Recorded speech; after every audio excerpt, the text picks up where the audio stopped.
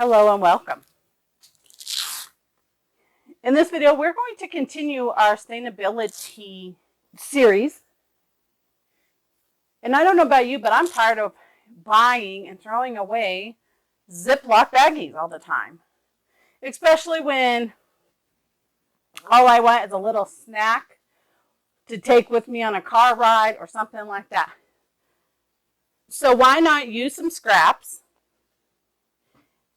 And we're going to make 2 size snack bags that Velcro shut to keep our snacks in there. Now I am just using plain fabric, but if you want to put wet, or I can't say wet, but stuff that may have some moisture or tackiness, stickiness, you can actually find some vinyl that you can use. You know, the vinyl that you use to make your clear bags out of. Or they have this other material that's kind of like to make a raincoat with. You can find that at the box stores in the section where you buy your canvas and burlap and fabric like that. And that you can be able to put on the inside of our bags. So then you can just wipe it out, turn it around, wipe it out type thing. So let's get started making these 2 size snack bags. One is 6 inches and then this is an 8 inch. You can make them bigger. They're very simple. Just by making bigger squares and using a bigger strip of Velcro. How simple is that? So let's get started. Just create with fabric and floss. So the supplies that you're going to need are very simple. You're going to need 2 6.5 inch of your lining fabric and your background fabric for the small one. And then you're going to need a strip of Velcro that's 5 inches long. For your bigger snack bag, you need an 8.5 of your background and your lining fabric. And a 7 inch piece of Velcro or hook and loop tape, whatever you want to call it. You need it to be a 1/2 inch wide. So the process is the same for both of them. I'm going to show you how to do it on the bigger one, step by step, and then I'm just going to whip through the smaller one so we have them both. So to get started, you want to lay your background fabric however you want it. So mine's not a directional. It's got butterflies all over the place. And then you want to put your lining at the top.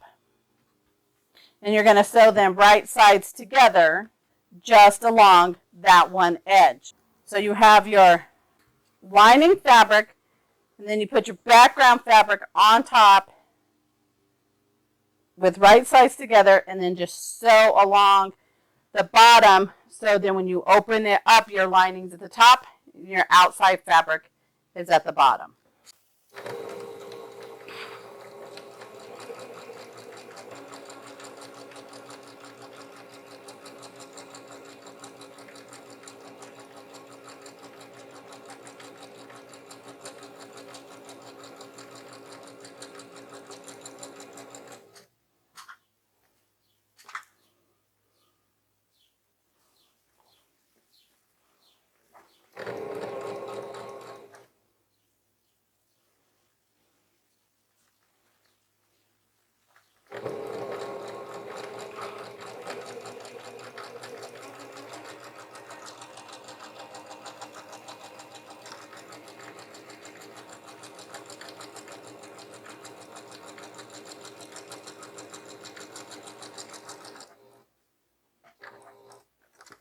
So you have them sewn together. And all you're going to do is put right sides together.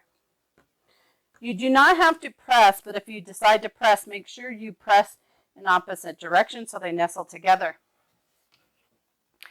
And you're going to line up all the corners, and you're going to sew all the way around, but you're going to leave an opening at the top on your lining fabric. So then you can be able to turn it around. So what I like to do is put a pin with a green head where I'm going to start, and then a pin with a red head where I'm going to end. I'm leaving that opening. And then I just push the seams going different directions, so then it's less bulk and your pin around. And then I just keep matching up the edges, and we're going to sew all the way around. Very simple little project. You can whip out several of these in an hour. Great little fun project. You can have your kids, your grandkids pick out fabric that they would like to be able to, use, and then they have. Like, we take trips with our grandkids, and, this way they know which snacks are theirs, and they're not fighting over the different bags because they picked out the ones that they want of the colors. You can get a whole bunch of them cut and ready to go, and then just have an assembly line and just kind of chain stitch. So I am back stitching in the beginning and the end.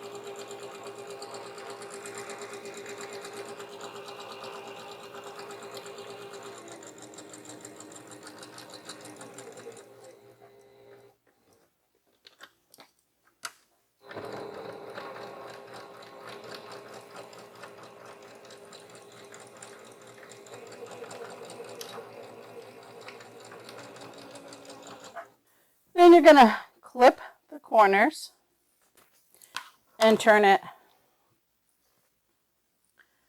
the right way, making sure to push your corners through. Then you're going to take it to the ironing board, and you're going to give it a good press. Well, first, I think what I'm going to do instead is I'm going to just stitch this down, and then I'll take it to the ironing board and give it a good press. I'm just going to top stitch across just this one top, the lining, to close it up, and then we're going to push the lining inside and give it a good press. So our bag is pretty much done. Now we just have to put the closure on. So I recommend getting the sew on Velcro versus the stick on.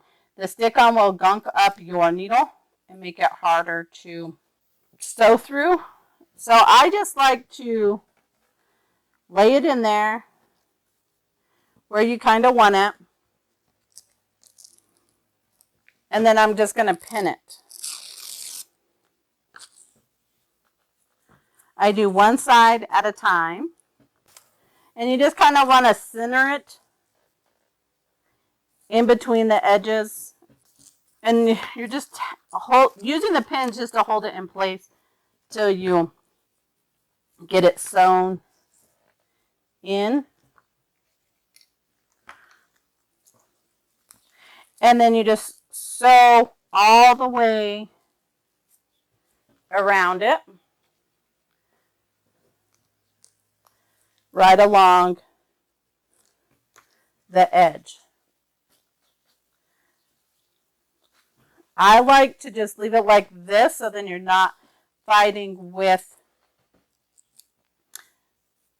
the other lip to get it stuck and sewn down. So we have our first side on, and what I like to do is kind of place this on there, flip it around, so then I can line up the edges. Then I can hold it down and unvelcro it. And once again, I'll pin it down. And then we'll just take it to the sewing machine and sew it just like we did the first half. And there is our snack bag. Easy to put in some snacks and be on the go. If you like that video, maybe give it a thumbs up and share it with your quilting friends. I would greatly appreciate it. That helps my channel grow. And the nice thing about these is you can be able to turn them around and, you know, wash them, spot wash them, you know, whatever the case may be. You can even flip them around and use them like that. So there is both sides of your snack bags. So you no longer have to throw away plastic Ziploc baggies anymore. You can use these for your snacks. I made this out of 2 fat quarters with extra fabric left over. And once again, you can use the vinyl or raincoat material. I forget the name of it. Fabric, so you can be able to wipe it. So here are our 2 snack size or snack bags, reusable snack bags in a 6-inch and an 8-inch. You are able to make them bigger by increasing your squares. They're very simple. I made them with a fat quarter and just a little bit of Velcro on the inside. This is just the beginning of our picnic set. We have many more items to come. So be sure to hit that subscribe button so you don't miss out on any of the sustainable items that we're making to go on our picnic set, but can be used year round. Until then, happy quilting, my friends.